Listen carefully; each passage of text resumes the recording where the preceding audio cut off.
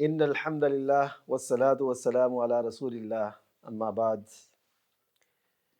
کون ہے تارک آئین رسول مختار، مصلحت وقت کی ہے کس کے عمل کا معیار، کس کی آنکھوں میں سمایا ہے شیار اخیار، ہو گئی کس کی نگاہ طرز سلف سے بیزار۔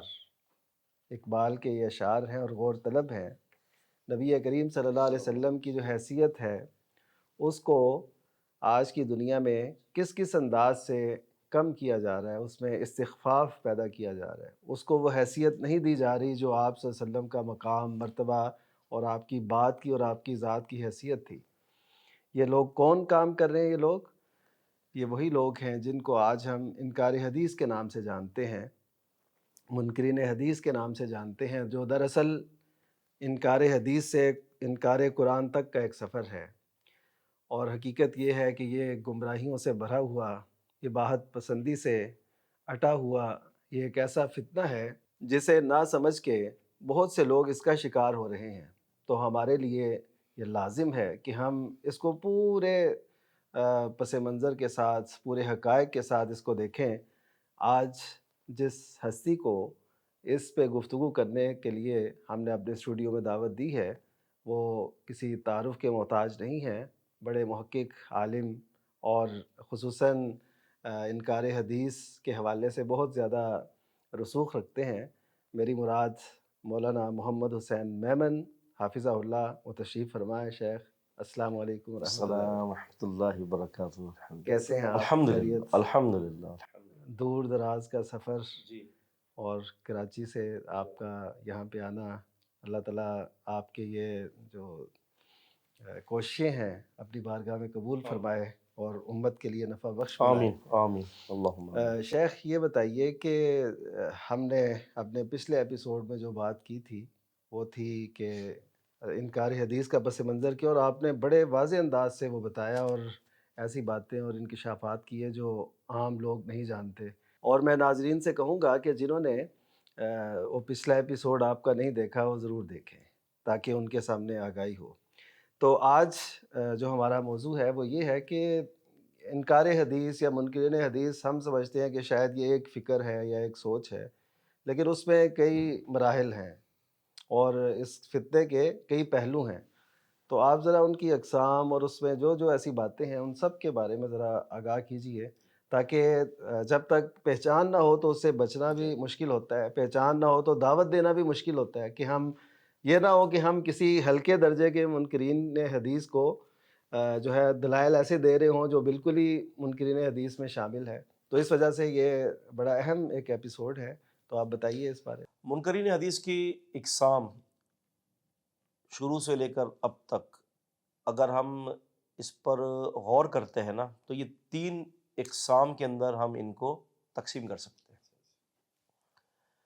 پھر وہ ہر ایک اقسام کے اندر اور ماشاءاللہ اگر اہل علم نے بھی اس پہ غور کیا ہے تو ایک ایک اقسام میں مزید اس کی شاخیں اور ہیں، جیسے کہ ذیلی تقسیم۔ تو سمجھنے کے لیے ہم عنوانی طور پر ہم اس کا یہ عنوان 3 حصوں میں تقسیم کر دیتے ہیں۔ یہ ایک ایسا جو ہے وہ گنجان قسم کا جو ہے یہ درخت اور زہریلا درخت ہے کہ اس کی ہر شاخ سے زہر ٹپکتا ہے۔ تو ہم پہلے 3 اس کے اوپر بات کر لیتے ہیں کہ یہ 3 جو ہے نا کون سے جو ہے وہ اس کے وہ ہیں۔ پہلے قسم کے منکرین حدیث ہوتے ہیں جنہوں نے مطلق طور پر حدیثوں کا انکار کیا ہے۔ ان کا یہ بڑی ڈٹائی سے کہنے والے لوگ ہیں یہ کہ جی بات یہ ہے کہ ہمارے لیے حجت جو ہے اللہ رب العزت والجلال نے صرف قرآن کو بنایا ہے، اور فذکر بالقرآن من یخاف وعید کی آیت دیتے ہیں سورہ قاف کی کہ آپ جو ہے وہ قرآن مجید کو بس یاد دلائیں ان لوگوں کے لیے جو وعدے کے دن سے ڈرتا ہے۔ تو ایک تو آپ کا یہ ہو گیا کہ جو مطلق طور پر انکار کرتے ہیں۔ اب اس کے اندر آپ یہ دیکھ لیں موٹے موٹے جو منکر حدیث ہیں، آپ کا یہ پرویز ہو گیا، اور یہ اللہ آپ کو نیکی دے، یہ سر سید احمد خان ہو گئے، ٹھیک ہے، حالانکہ لوگوں کو بڑا عجیب لگتا ہے کہ یہ کیسی بات کر رہی ہیں، لیکن یہ منکر حدیث ہے، تھوڑی تسلی رکھیے گا انشاءاللہ تعالیٰ، آپ کے سامنے یہ ساری باتیں آئیں گی کہ وہ کیسے جو ہے وہ منکر حدیث ہے۔ اسی طرح سے آپ دیکھیں کہ یہ چکڑالوی، ہوں اب ان کی تو خیر ان کی تو سوچ اور فکر تو بڑی، یہ تو سمجھ لیں کہ یہ وہ چنے ہیں جو چبا چبا کے پھینک دیے گئے ہیں، لیکن انہی کے تحت جو ہے وہ بہت ساری ایسی باتیں اسی ذیل کے اندر آئی ہیں کہ جنہوں نے یہ سمجھ لیں کہ جسم پرانا ہے لیکن لبادہ جو ہے نا، جو لباس جو ہے نا وہ نئے نئے زیبتن کر کے آ رہے ہیں. صحیح صحیح. تو ایک تو یہ ہے. دوسری کیٹیگری وہ ہے کہ جو مطلق طور پر احادیث کا انکار نہیں کرتی، لیکن ان کا یہ کہنا ہوتا ہے کہ جی ہم ان احادیث کو ایکسیپٹنس دیں گے کہ جس حدیث کا جو موضوع جو ہے وہ قرآن مجید کے ساتھ ملتا ہو. اور اس کے اندر آپ کے معتزلی گروہ ہے. اب دیکھیں کتنی بعد میں آیا ہے معتزلی گروہ، اور ہم اس کی سب ساری ان فساد کی جڑ اسی کو انہی کو قرار دیتے ہیں یہ بالکل یعنی جڑ اس ہے، میں یہ کردار ہے. کردار ان کا 100% ہے. لیکن من البدایہ جو ہے، اگر ہم ابتدا سے بات کرتے ہیں تو تھوڑا آگے جا کے آتے ہیں. یہ آپ دیکھیں نا، نبی وسلم کے دور میں ذوالخویسرہ تھا، اس سے انکار حدیث کیا تھا. امام مسلم رحمۃ اللہ علیہ نے صحیح مسلم کے اندر حدیث کا نمبر 1064 ہے. اس نے اللہ کے نبی وسلم کو کہا تھا کہ یا رسول اللہ، اے محمد صلی اللہ علیہ وسلم آپ انصاف کیجئے، آپ انصاف کے تقاضے کو جو ہے وہ بروئے کار نہیں لا رہے. تو رسول صلی اللہ علیہ وسلم کا چہرے مبارک کا رنگ متغیر ہو گیا تھا. آپ نے فرمایا اگر میں انصاف نہیں کروں گا تو پھر کون کرے گا؟ میں اللہ کا رسول ہوں، میرے علاوہ کون انصاف کر سکتا ہے؟ تو انکار حدیث کا سب سے پہلا بندہ وہ تھا. صحیح صحیح. سب سے پہلا جس نے بربلا طور پر نبی پاک صلی اللہ علیہ وسلم کے فیصلے کو انکار کیا. اب دیکھیں وہاں پر پوائنٹ یہ ہے، نقطے کی بات، اس نے یہ نہیں کہا تھا کہ میں آپ کی بات کو نہیں مانتا، اس نے وہاں پر آپ صلی اللہ علیہ وسلم کی بات پر شک کیا تھا. شک کرنے والے بھی منکر حدیث ہوتا ہے.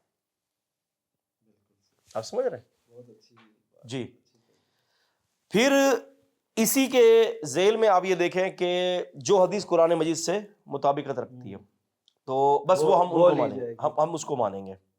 تو اب اس کے اندر معتزلی بھی ہیں، اس کے اندر اللہ آپ کا بھلا کرے جو ہے وہ غامدی صاحب بھی آ جاتے ہیں. ان کے بڑے جو ہیں اوپر آپ جائیں، اوپر چڑھے سیڑھیاں، وہ بھی آ جاتے ہیں. سارے مفسر قرآن بھلے کیوں نہ ہو، پوری قرآن کی تفسیر لکھ دی اور 25 حدیثیں پیش کی ہیں. دیکھ لیں آپ. تو یہ بھی ہے. اور اگر اس کے مقابلے میں امام ابن کثیر کو دیکھیں تو وہ دیکھیں ایسے لگتا ہے کہ آپ ساتھ ساتھ حدیث کی کتاب. سر آپ کو میں ایک بڑی خوبصورت ترین بات بتاؤں. ابھی ایک جو ہے بالکل ابھی ایک تفسیر ہمارے معاصر ہیں، یہ عرب کے ہیں، شیخ البانی رحمہ اللہ کے جو ہے آپ سمجھ لیں کہ بہت زیادہ متاثر ہیں، انہی کو منہج کو پیش کرنے والے ہیں. انہوں نے تفسیر لکھی ہے تدبر والبیان، 40 جلدوں پر ہے. پتہ ہے سر کتنی حدیثیں پیش کی ہیں؟ 10,000 حدیثیں پیش کی ہیں. یہ دیکھیں وہ کس طرح ہوا. لتبین للناس کی یہ ہے نا صورت کہ آپ لوگوں کے لیے بیان کریں جو آپ پہ اتارا گیا ہے. تو دیکھیں وہ حدیث کے کو چھوڑ کے ہم کیسے پہنچ سکتے ہیں. آپ دعا کیجئے انشاءاللہ. میری بھی تفسیر کا ایک وہ چل رہا ہے، 30 جلدوں پر تفسیر ہے انشاءاللہ تعالی. تو میری تفسیر میں بھی میں نے پوری کوشش کی ہے کہ اس تفسیر کو ایسا مایا ناز اللہ پاک اس کو کر دے کہ امت کی ہدایت کا ذریعہ بن جائے. اسی تفسیر کے آیات کے ذیل میں محدثین کے اصول بھی ذکر کیے میں نے کہ محدثین نے کن کن آیات سے کون کون سے حدیث کے اصول کو اخذ کیا ہے. ایک آیت کا دوسری آیت سے ربط، آگے والی آیت سے ربط، آیت کے اندر اللہ تعالیٰ کے اسماء مبارکہ ہیں، صفات ہیں، اس کا آیت یا نزول سے ربط. جی اسی طرح سے مستشرقین جو ہیں، اورینٹلسٹ جو ہیں. یہ تو بڑی کہاں تک پہنچا ہے؟ الحمدللہ تقریباً یہ اللہ پاک نے 4 پارے کروا دیے ہیں. ایک پارے کی جو ہے وہ 1 جلد ہے. تو یہ طباعت کے مراحل میں ہے یا یہ الحمدللہ کمپوزنگ ہو گئی ہے اپنا پہلے پارے کی اور دوسرے پارے کی اور تیسرے پارے کی کمپوزنگ ہو گئی ہے. تو ابھی انشاءاللہ تعالیٰ اللہ رب العالمین سے توفیق طلب کر رہے ہیں کہ اس کے اللہ پاک اس کو شائع بھی کروا دے. اس میں نے اپنی اس کتاب کے اندر تقریباً جو ہے 12,000 حدیثیں پیش کر رہا ہوں. 12,000 حدیثیں پوری تفسیر میں. صحیح. یعنی آپ کا وہ پورا خاکہ ایک بنا ہوا ہے.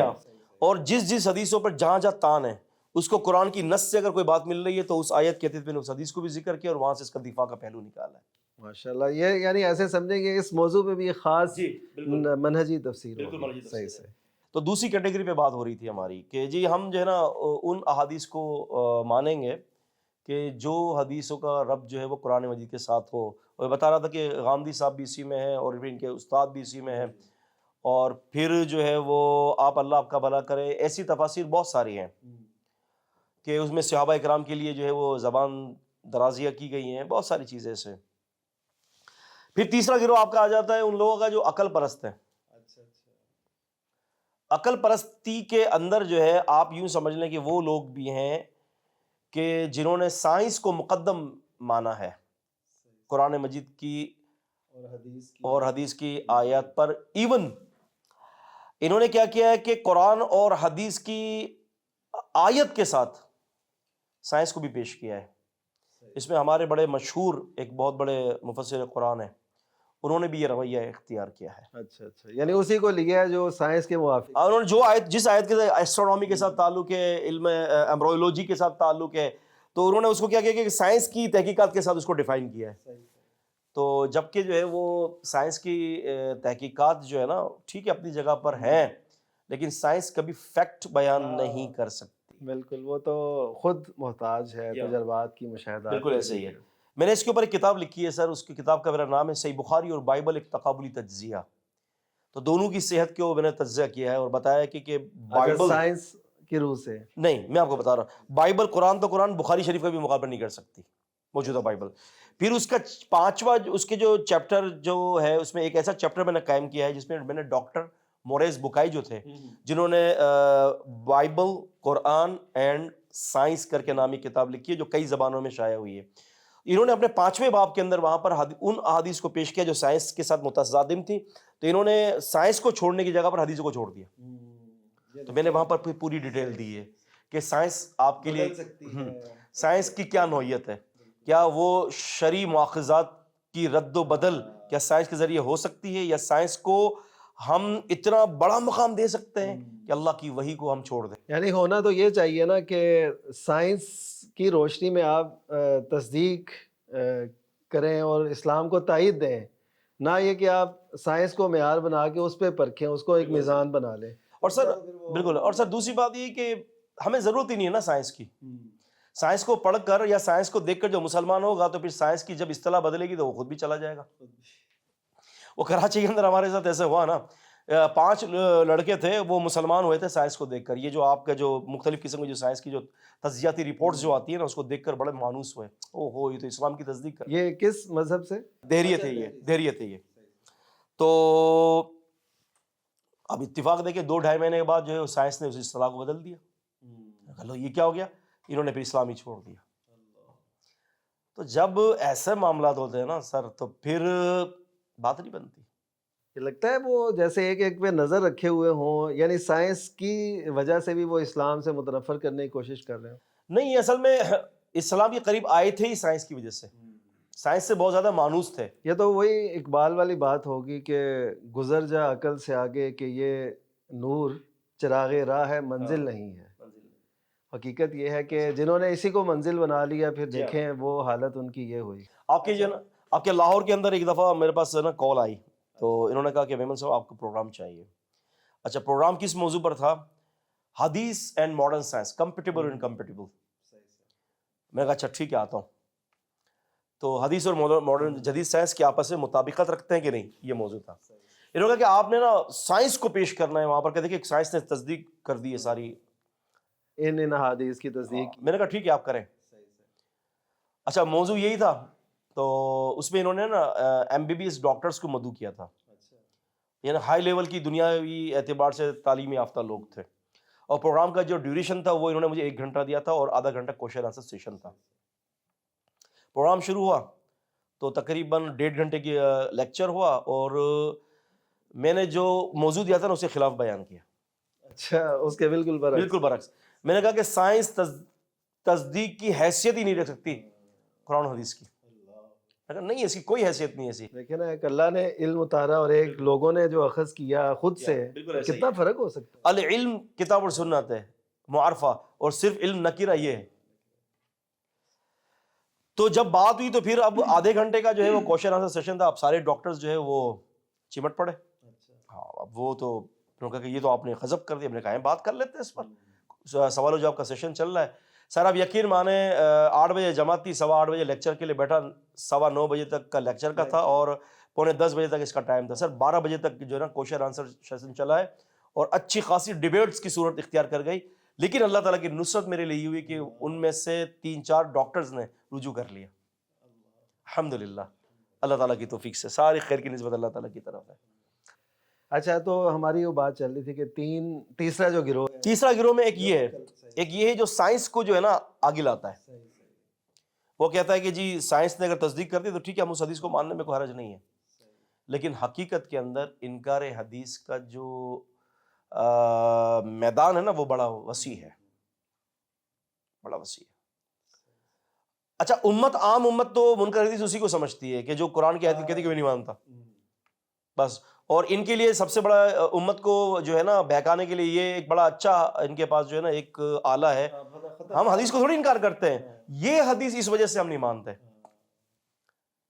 بالکل صحیح. یہ اچھا یہ فتنہ منکرین حدیث جو مطلق طور پہ جو پہلا گروہ آپ نے بتایا اس کی نسبت یہ زیادہ خطرناک ہے، یہ بہت خطرناک ہے کیونکہ وہ تو بڑے حوصلے اور بہت بڑی بغاوت والی ایک بات نظر آتی ہے نا کہ بندہ کہے کہ میں حدیث کو مانتا ہی نہیں. لیکن یہ ہے کہ اپنے من کی مان کے. اور سر اس دوسرے گروہ کے اندر سر جو کتابیں پڑھائی جاتی ہے نا اکثر کہ جو ہے آیت ہمارے مذہب ہمارے مسلک کے خلاف ہوگی، ہمارے امام کے خلاف ہوگی، ہم اس کی تعویل کر دیں گے، یا جو حدیث ہوگی ہم اس کو منسوخ کر دیں گے. آپ جانتے ہیں ہمارے رفع اہل علمی تو صحیح ان کا بھی یہ اسی میں دوسرے نمبر پر ہے سر، ٹھوک کر بولتے ہیں دوسرے نمبر پر ہے. وہ پھر بعد میں بھلے تعویلات کریں یا مناظروں کے ذریعے جو ہے نا چامک چوئیاں کریں، وہ جو بھی ان کے جو ہے وہ قصیدے پڑھیں وہ ایک الگ بات ہے. لیکن بات یہ ہے کہ اگر آپ دیکھیں کس جگہ پر کھڑے ہیں، علامہ سیوطی نے مفتاح الجنہ لکھی ہے کتاب، اس کے صفحہ نمبر 5 پر کیا کہتے ہیں کہ جس بندے نے نبی علیہ السلام کی حدیث کا انکار کر دیا اس وجہ سے جبکہ وہ صحت کے ساتھ ثابت ہو اور اس نے انکار کر دیا تو کہتے ہیں کہ وہ اسلام کے دائرے سے باہر ہو گیا. اب اس کے لیے برابر ہے کہ یا یہودی بن کے مرے یا نصرانی بن کے مرے. اب دیکھیں. اور اس سے یہ بھی پتہ چلا یہ جو جلال الدین سیوطی رحمہ اللہ کی کتاب ہے کہ یہ فتنہ اس دور میں بھی تھا، موجود تھا. اس وجہ سے انہوں نے احتجاج السنہ کے نام سے ہے نا یہ پورے جو نام ہے جی اس کا مطلب ہے کہ اس دور کے اندر علماء نے یہ بات سامنے رکھی کہ ایسے لوگ موجود ہیں اس معاشرے کے اندر، اور ان کا ایسے ہم نے جو ہے نا تردید ایسے ہی ہے. آپ دیکھیں نا امام ابن ماجہ رحمۃ اللہ نے اپنی کتاب کی ابتدا کہاں سے کی؟ سننا سے. تھوڑا سا یہاں پر میرا دل چاہ رہا ہے کہ کچھ ایک خوبصورت سے ایک علمی گلدستہ ذرا عوام کو دے دوں اگر آپ اجازت دیتے ہوں. آپ دیکھیں کہ امام بخاری نے کتاب الوحی سے ابتدا کی ہے اور اپنی کتاب کے اندر کتاب الاعتصام لکتاب والسنہ کا بھی اندراج کیا ہے. کیوں؟ سنت کے دفاع کے لیے. ٹھیک ہے. اچھا امام بخاری رحمۃ اللہ علیہ نے کتاب الوحی سے ابتدا اس لیے کی کہ انہوں نے کہا کہ نبی پاک صلی اللہ علیہ وسلم پر جتنے بھی احکامات اترے ہیں اس کی ابتدا وحی سے ہوئی ہے. انہوں نے کتاب الوحی سے ابتدا کر دی. امام مسلم رحمۃ اللہ علیہ نے کتاب الایمان سے کیا. امام مسلم کا پوائنٹ آف ویو ہے کہ بات یہ ہے کہ ایمان سے سارے معاملات شروع ہوتے ہیں. اگر ایمان ہے تو سارے پابندی وہ بندہ مومن ہی کرے گا. تو انہوں نے کتاب الایمان سے شروع کیا. باقی آپ دیکھیں امام ابن ماجہ نے کتاب السنہ سے. امام ابن ماجہ کہتے ہیں بات یہ ہے کہ روزہ، زکوٰۃ، حج، تہارت، نماز سب سنت سے حل ہوں گے. تو سنت نہیں مانو گے تو سب بیکار. اس لیے انہوں نے سنت سے ابتدا کر لی. حالانکہ دیکھیے کہ قرآن مجید کا کو ماننے کے لیے بھی سنت کو ماننا ایسا ضروری ہے. بالکل ایسا ہی ہے. نہیں مانا تو بالکل ایسا ہی ہے. اور امام ترمذی رحمۃ اللہ علیہ نے، امام ابو داؤد رحمۃ اللہ علیہ نے، امام نسائی رحمۃ اللہ علیہ نے کتاب الطہارت سے شروع کیا. ان کا کہنا ہے کہ بھائی ہم جو کتاب لکھ رہے ہیں وہ کافروں کے لیے نہیں لکھ رہے ہیں، ہم آلریڈی انہی لوگوں کے لیے لکھ رہے ہیں کہ جو مومن ہیں. اور مومن کے لیے سب سے پہلے کلمہ شہادہ کے بعد نماز فرض ہوتی ہے اور نماز کے لیے طہارت ضروری ہے. اب طہارت سے ہم نے شروع کر دیا اس کو. اب جی ہاں. اور اللہ آپ کا بھلا کر ایک اور نقطہ بڑا خوبصورت نقطہ ہے، مجھے بڑا پسند آتا ہے. وہ امام بخاری رحمۃ اللہ نے سب سے پہلے جو حدیث نقل کی وہ سیدنا عمر رضی اللہ عنہ سے. کیوں؟ کہ یہ وہ بندے تھے کہ جن پر اللہ الہام کرتا تھا، اور الہام جو ہے وحی کی ایک قسم میں سے الہام ہونا. لیکن آپ دیکھیں امام ترمذی رحمۃ اللہ علیہ نے اپنی سنن ترمذی کے اندر کتاب الطہارہ میں سب سے پہلے حدیث پتہ ہے آپ کو کس سے نقل کی ہے؟ انہی کے بیٹے سے، سیدنا عبداللہ سے. کیوں؟ امام بخاری نے وحی کی ابتدا پہ عمر رضی اللہ عنہ اس لیے نقل کی کہ وحی کے تحت اس بندے سے حدیث نقل کی جائے کہ جو صاحب الہام ہو. اور امام ترمذی نے کتاب الطہارہ میں سنت سے مسائل کو حل کر رہے ہیں، کہتے ہیں کہ یہاں پر سب سے پہلے حدیث اس کی نقل کرنی چاہیے جو سنت میں سب سے زیادہ عامل ہو، اور عبداللہ بن عمر ہے. یہ تو اس دور میں معروف تھے، یعنی ان اصحاب میں بھی جو جی سنت جی کے بڑے شیدائی تھے شاید ان ہے میں پھر یہ ان کا مقام وہ عبداللہ بن عمر ایک اوپر اتنی محنت سے اوپر چڑھے کی جگہ پر، اور وہاں جا کے یوں کر کے بیٹھ گئے، بیٹھے اور کھڑے ہو کے بابا کیا کر رہے ہیں آپ، مقصد بات سمجھ میں نہیں آئی. کہا کہ بات یہ ہے کہ میں نبی پاک صلی اللہ علیہ وسلم کے ساتھ آپ اس بلندی پر گئے تھے اور وہاں آپ نے قضاء حاجت فرمائی تھی، مجھے ضرورت نہیں تھی ابھی قضاء حاجت کی، لیکن میں نے یہ کام اس لیے کیا کہ نبی پاک نے کیا تھا صلی اللہ علیہ وسلم. تو یہ سارا اسلوب اور سارا یہ تو یہ سنت سے پیار کی. سنت سے پیار کیا یہ. تو امام بخاری رحمۃ اللہ علیہ نے بھی کتاب الاعتصام بالکتاب والسنہ کا باب قائم کر کے انہوں نے احتجاج کو پکڑوایا کہ دیکھو سنت کے بغیر کچھ نہیں ہے، سنت کے بغیر. اور یہ کیا ہے، تفسیر اور توحید کے درمیان یہ معاملہ ہے. پیچھے تفسیر گزر چکا، آگے کتاب التوحید آ رہی ہے. کیوں؟ کہتے ہیں قرآن تم سنت کے بغیر نہیں سمجھ سکتے، اور سنت جب تک نہیں ہوگی تو توحید بھی تمہارے اندر نہیں آئے گی. اور اسی لیے لوگ بہک جاتے ہیں. جی ہاں بالکل ایسا ہی ہے. مسائل میں. اچھا، یہ تین ہماری جو ہے نا انکار حدیث کے فتنے کی تین اقسام ہمارے سامنے آ گئیں، اور یہ بڑی بڑی اقسام ہیں. تو ان کا تھوڑا تھوڑا وہ ایسے بھی انالیسس ہو جائے کہ ان کے وہ کیا. دیکھیں جی، پہلا جو گروہ ہے ان کا یہ کہنا ہے کہ اللہ تعالیٰ نے نبی کریم صلی اللہ علیہ وسلم پر صرف کتاب اتاری ہے، اور یہ جو آپ صلی اللہ علیہ وسلم کی جو یہ احادیث ہے نا، ان کا یہ کہنا ہے کہ 250 سال بعد لکھی گئی ہے، 300 سال بعد لکھی. یہ تو تقریباً عام سا ایک اعتراض ہے جو اب میں یہاں پر آپ کو بڑا دقیق نقطہ دیتا ہوں. پوچھے کیا؟ بائبل کو کیسے اکٹھا کیا گیا؟ 300 سال بعد، 400 سال بعد، ٹھیک ہے. ٹیبل پر رکھ کر مختلف قسم کی گاسپلز، اناجیل کو رکھ دیا گیا. کہا کہ اس کے اندر جو انجیل یسوع مسیح کی طرف ہوگی، نسبت ہوگی، وہ ٹیبل پر رہے گی، باقی سب نیچے گر جائیں گے. کمرہ بند کر کے چلے گئے. رات کو صبح آئے تو 4 اناجیل، لوکا، مرقس، یوحنا اور متی، یہ 4 اوپر تھی، باقی سب گری ہوئی تھی. ٹھیک ہے. یہ کب ہوا؟ 300-400 سال بعد. منکر حدیث کا بھی شبہ حدیث کے لیے یہ بھی 300-400 سال بعد ہی لکھی گئی ہیں. آپ یہ دیکھیں کہ پیچھے جو آپ وہ تعلق جوڑ رہے تھے وہ یہاں سے بھی جڑتا ہے. صحیح وہ یہاں سے بھی جڑتا ہے. یہ وہی حسد کی آگ ہے جو ان کی کتابوں کا حشر نشر ہوا نا، وہ ہماری کتابوں کا بھی یہی حشر نشر کرنا چاہتے تھے. لیکن اللہ تعالیٰ نے ایسے لوگ پیدا کیے ہیں جو الحمدللہ ہر دور میں حدیث کی حفاظت پہ معمور ہیں، اللہ تعالیٰ کی توفیق سے الحمدللہ. آپ دیکھ رہے ہیں جہاں فرعون ہوتا ہے وہاں اللہ تعالیٰ موسیٰ پیدا کرتے ہیں. یہ تو بڑا مقولہ مشہور ہے. تو جہاں ایسے لوگ تھے اور لوگ ہیں، اللہ پاک جو ہے وہ دفاع عن السنہ پر جو ہے مشتمل ایسے علماء کو اٹھا دیتے ہیں کہ جن کی زندگی کا سارا مقصد ہی یہی ہوتا ہے. ایک لفظ پہ پہرا دیتے ہیں. بالکل. اللہم اجعلنا ہمارے شیخ محترم مولانا عبداللہ امجد چھتوی رحمہ اللہ، وہ کہا کرتے تھے، یقین کریں ان کی آنکھوں میں آنسو ہوتے تھے، اور وہ کہتے تھے کہ پنجابی میں ایک بعض اوقات وہ کہتے تھے کہ محدثین کرام ایک ایک لفظ پہ ایسے سمجھے کہ جھونپڑی ڈال کے بیٹھ گئے، پنجابی میں چگیاں پا کے بہ گئے. تو بالکل ایسے ہی انہوں نے پہرا دیا ہے کہ ایک لفظ پہ جیسے محدثین کا اصول تھا. اور یقیناً انشاءاللہ ہم امید رکھتے ہیں کہ ہمارے ناظرین اس سے کوئی اثر لیں گے. اور حقیقت یہ ہے کہ اس کا فائدہ کچھ نہیں ہے کہ بندہ نبی کریم صلی اللہ علیہ وسلم کے فرامین کا، حدیث کا انکار کرے اور اس کو معمولی سمجھے.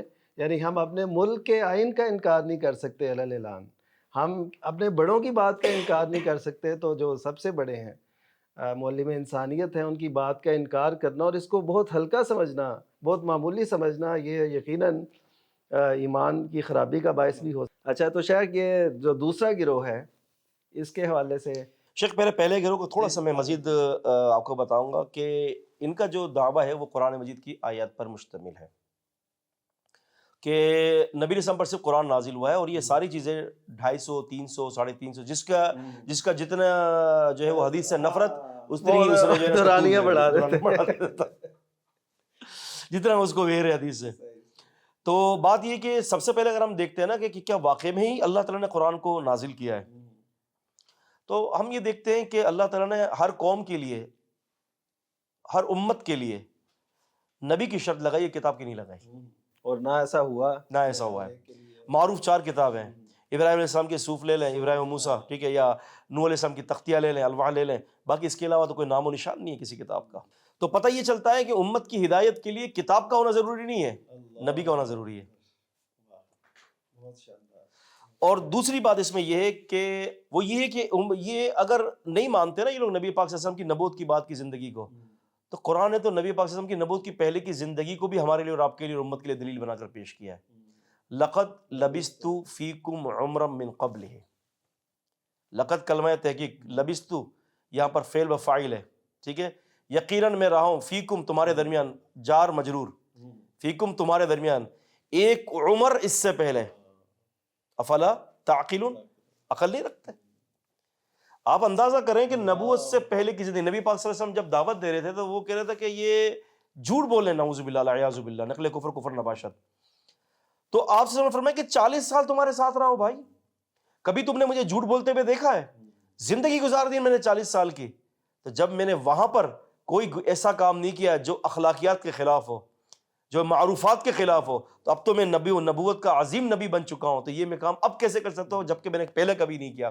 اللہ نے نبی پاک صلی اللہ علیہ وسلم کی اس زندگی کو جو نبوت سے پر نہیں تھی، اس کو امت کے لیے دلیل کے طور پر پیش کیا.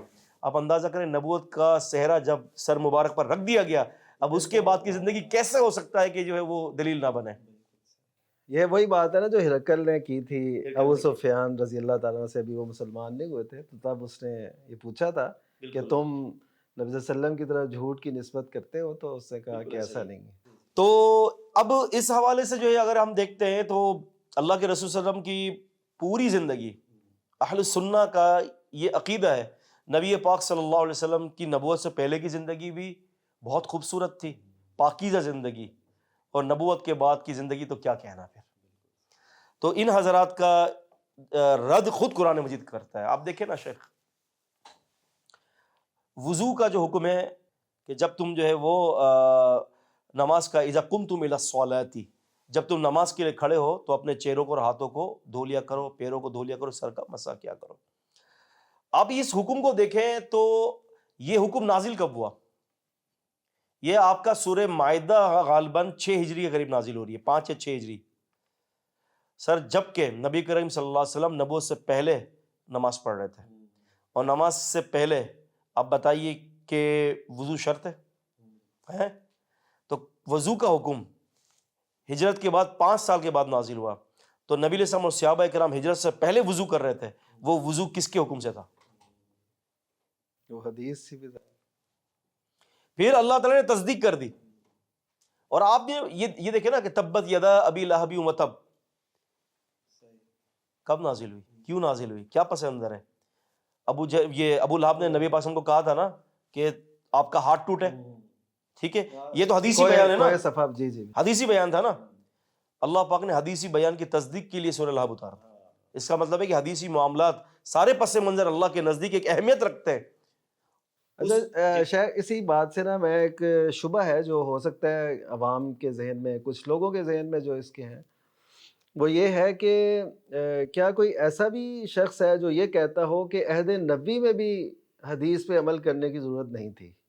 یعنی ایک تو یہ ہے نا کہ ہم بعد میں کہیں جی کیونکہ حدیث میں شکوک ہے، شبہات پیدا کیے گئے ہیں یا ایسا، تو آج کے لیے حدیث نمونہ نہیں ہے، یہ حدیث کو ہم قابل اتباع نہیں قرار دے سکتے. کیا کوئی ایسا گروہ بھی ہے جو کہتا ہو کہ عہد نبوی میں بھی حدیث پہ عمل کرنے کی ضرورت نہیں تھی، قرآن ہی کافی تھا؟ ہاں بہت سارے لوگ ہیں. اچھا بہت سارے لوگ ہیں. یہ اچھا، یعنی عہد نبوی میں بھی ان کا دعویٰ یہ ہے کہ عہد نبی میں حدیث تھی ہی نہیں، حدیثوں کا تصور موجود ہی نہیں تھا. اچھا، یعنی صحابہ کرام قرآن لکھتے تھے بس. نہیں تو نبی کریم صلی اللہ علیہ وسلم جو ارشاد فرماتے تھے آپ نے کچھ نہیں ارشاد فرمایا؟ بولے نہیں، بس وہ حجت نہیں تھی، دلیل نہیں تھی، اصل تھا وہ قرآن. اب سر یہاں دیکھیں، میں کہ آپ کو ایک لاجک دیتا ہوں. یہ مانتے ہیں سارے کہ موضوع روایات موجود ہیں، مانتے ہیں، سارے مانتے ہیں یہ موضوع روایتوں کا، اور بڑے دھڑلے سے جو ہے نا اعتراض اٹھاتے ہیں. لیکن یہاں پر آپ اس موضوع روایت کے اعتراض پر صحیح حدیث کی دلیل ہے، یہ موضوع روایت صحیح حدیث کی دلیل بنتی ہے. اب سوال موضوع جب آپ کہیں گے تو اس کی نہیں، میں آپ کو بتاتا ہوں. آپ نے سر، آپ کے پاس 10,000 کا نوٹ ہے؟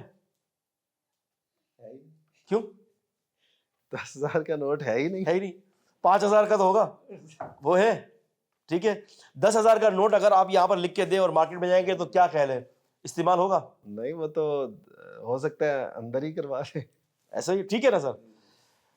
نبی کریم صلی اللہ علیہ وسلم کے دور میں جب اگر حدیثیں تھی ہی نہیں اور اس پر عمل ہی نہیں تھا تو پھر واضعین کو من گھڑت روایت گڑھنے کی کیا ضرورت پڑی تھی؟ بالکل. اگر سکہ آپ سمجھ رہے ہیں میری بات کو؟ میں 10,000 اگر کوئی بندہ جو ہے وہ 10,000 کی نوٹ چھاپتا ہے تو وہ چلے گی نہیں، کیونکہ ہے ہی نہیں 10,000 کی نوٹ. ہاں 5,000 کی نقلی نوٹ چل جائے گی. تو جب صحیح حدیث کا تصور موجود تھا تبھی تو ان کو گڑھنے کی زحمت کرنی پڑی نا. اب سوچے پوائنٹ ٹو بی نوٹڈ ہے یہ. تو یہاں سے بھی حدیث کی دلائل ہے. باقی قرآن مجید کے اندر 40 مقامات ہیں کہ جہاں پر قرآن مجید نے حدیث کو جو ہے حجت قرار دیا ہے. 40 مقامات ہیں.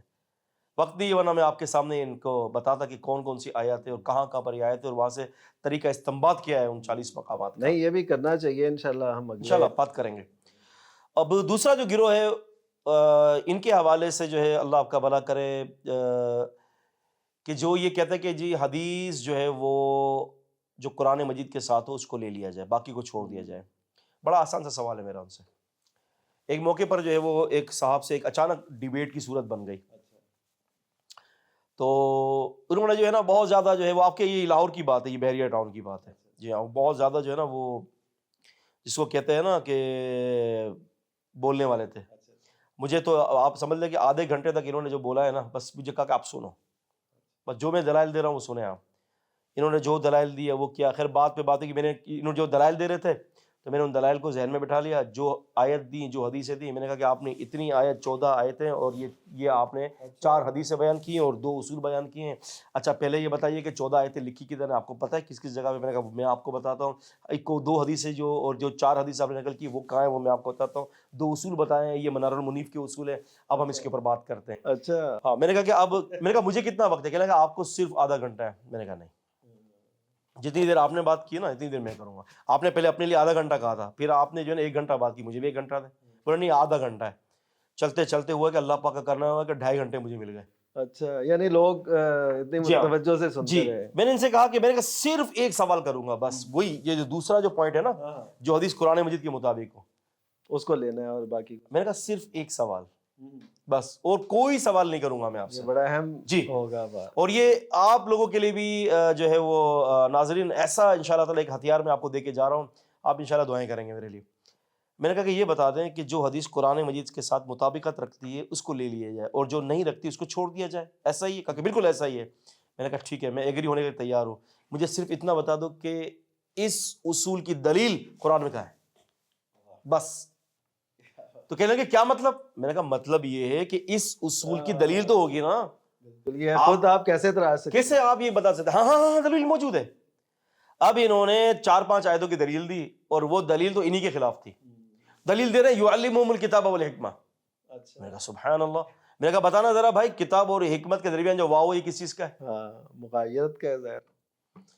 وہ اور اس کے بعد جو وَيُعَلِّمُكُم مَا لَمْ تَكُونُوا تَعْلَمُونَ، اب کتاب کا ذکر تو پہلے ہو گیا، اگر حکمت بھی کوئی کہہ دے کہ یہ ایسے تو وہ يُعَلِّمُكُم مَا کون سی چیز ہے؟ وہ کون سی چیز ہے؟ پھر سرکار ایک سوال ہوا اور ایک سوال پر 2 گھنٹے میں نے کھائے ان کے. جی ہاں 2 گھنٹے لے گیا اللہ تعالیٰ کی توفیق سے. ما عنده جواب، کوئی ان کے پاس جواب نہیں تھا. آخر میں ساری تعریف اللہ تعالیٰ کے لیے. سر ایسا کر دیا اللہ رب العالمین نے اس بندے کو، جبکہ وہ بندہ بہت زیادہ جو ہے نا آپ سمجھ لیں کہ اپنے معاملات اور معیار کے اعتبار سے یعنی یوں سمجھ لیں کہ چاروں طرف سیکیورٹی لگی ہوئی تھی. مجھے اچانک جو ہے نا مورکنڈا سے لے جایا گیا آپ کے یہاں بحریہ ٹاؤن کی طرف. جی ہاں آج بھی ان کا نمبر میرے پاس ہے. تو اللہ آپ کا بھلا کرے. ایسا اللہ پاک نے کر دیا میں قسم کی 3 قسمیں کھانے کے تیار ہوں واللہ باللہ تاللہ کہ میں نے اللہ کی نصرت دیکھی کہ ایسے لگ رہا تھا کہ جیسے کہ بچہ جو نہیں اپنے باپ کے ساتھ جا رہا ہے وہ اس طرح سے اس نے میرا ہاتھ مجھے دے دیا اور یہ جا رہا ہے. آپ سیکیورٹی کو بولا گھر پہ بیٹھو. میں کہا پتہ نہیں کہ میں سوچ رہا تھا کہ پتہ نہیں کیا ہو گیا اس کو، لیکن نہیں دے سکا دلیل. میں نے کہا میرے پاس آپ کے توڑ کی دلیل ہے. کہ لگا کیا؟ میں نے کہا سورہ حشر 59 سورت کی آیت نمبر 7 ما آتاکم الرسول فخذوا وما نهاکم عنہ فانتہوا. جو رسول دیتا ہے تم اس کو لے لو، جس چیز سے روکتے ہیں باز آ جاؤ. کہنے لگے یہ تو مال غنیمت کے لیے ہے. میں نے کہا ہاں بالکل صحیح کہہ رہے ہو. میں نے کہا تو آپ سمجھ ہو کسی اسی کے لیے؟ بولا ہاں نا. میں نے کہا بتاؤ اب قرآن کی آیتوں کو خریدو گے لوگے؟ کہنے لگا یہ تو منع ہے. میں نے کہا کون سی آیت ہے؟ کہنے لگے قرآن مجید سورہ بقرہ میں فرمایا کہ ان لوگوں کے لیے خرابی ہے جو قرآن کی آیتوں کو بیچتے ہیں. میں نے کہا وہ یہودیوں کے لیے، اپنے لیے نہیں ہے. میں نے کہا آپ بے فکر ہو جائے، میں نے سارا ہوم ورک کیا ہوا ہے آپ لوگوں کے لیے. وہ اتنا ہنسا کہ دوست بن گیا پھر میرا، ہے نا. تو یہ بات ہے کہ دوسرا گروہ یہ ہے. تیسرا گروہ سائنس اور عقل، تو یہ تفصیل ہے ہاں انشاءاللہ چلیں اس کو پھر ہم پہ اٹھا انشاءاللہ رکھتے ہیں بات کرتے ہیں. انشاءاللہ. اللہ تعالیٰ آپ کو جزائے خیر دے. آمین بڑے آمین. اچھے طریقے سے آپ نے دو گروہوں کے متعلق جو انکار حدیث کے ہیں مین دو گروہ، اور تیسرے کی انشاءاللہ پھر اگلے ایپیسوڈ میں بات کریں گے. اللہ تعالیٰ آپ کے علم و عمل میں آمین اضافہ کرے. آمین آمین. ناظرین، آپ نے دیکھا کہ کیسے کیسے امت مسلمہ پہ حملے ہوئے، اور حدیث کا جو مقام ہے امت کی نگاہ میں اس کو کم کرنے کی کوشش کی گئی. لیکن اللہ تعالیٰ ہر دور کے اندر ایسے لوگ پیدا کرتا ہے جنہوں نے اپنی زندگیاں حدیث کے دفاع کے لیے صرف کی. یہ کوئی معمولی موضوع نہیں ہے، اور نہ اس کو اتنا ہلکا آپ جانا کریں کہ آپ کہہ دیں کہ جی حدیث قرآن کے خلاف ہے. جب دونوں وہی ہے تو حدیث قرآن کے خلاف ہو ہی نہیں سکتی. یہ ہمارے عقل میں، ہمارے فہم میں کوئی فرق ہو سکتا ہے، یہ نہیں ہو سکتا کہ وحی جو ہے وہ وحی کے خلاف ہو. یہ اللہ تعالیٰ کا علم ہے جو اللہ تعالیٰ نے اتارا ہے، اس میں اختلاف اور تضاد نہیں ہو سکتا. میں امید کرتا ہوں کہ ہماری اس گفتگو سے شیخ صاحب نے جو فرمایا اور جو بیان کیا اس سے ہمیں بہت سا فائدہ ملے گا. اللہ تعالیٰ ہمیں علم و عمل میں اور زیادہ آگے کرے، اور جو دور حاضر کے فتنے ہیں جو قدیم سے چلے آ رہے ہیں ان سے امت کو نجات نصیب فرمائے. اجازت چاہتے ہیں، پھر ملیں گے کسی نئے ایپیسوڈ کے ساتھ. ہمارے پروگرام کو دیکھتے رہیے. السلام علیکم ورحمۃ اللہ وبرکاتہ.